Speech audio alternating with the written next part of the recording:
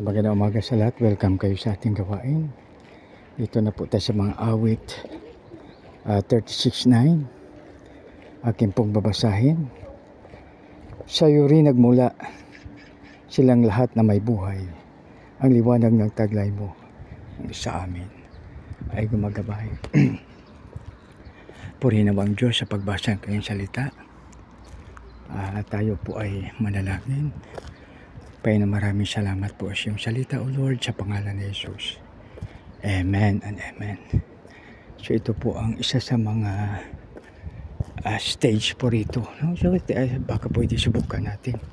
So mga kaibigan, siya rin nagmula silang lahat ng may buhay. No? So lahat tayo ay i-create ni Lord.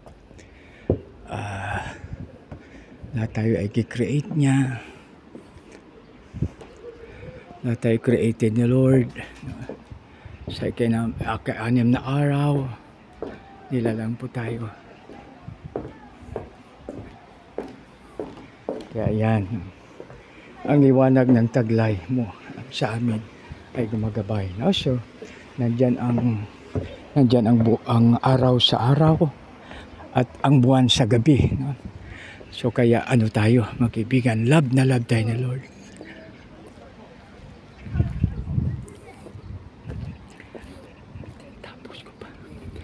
So yan mga kaibigan. So yung araw, di-create ni Lord. Nakasabi sa kanyang sinabi. Sa salita ng Diyos, nilalang ang langit, ang araw, ang buwan, at ang bituing mga maririkit. Kaya mahal, love na love tayo ng ating Panginoon mga kaibigan. He created everything before He created us. No? Kaya love na love tayo. Tayo na po'y manalangin. Panginoon, maraming salamat po sa iyong salita. Maraming salamat po sa iyong pagpapala, proteksyon, provision at gabay.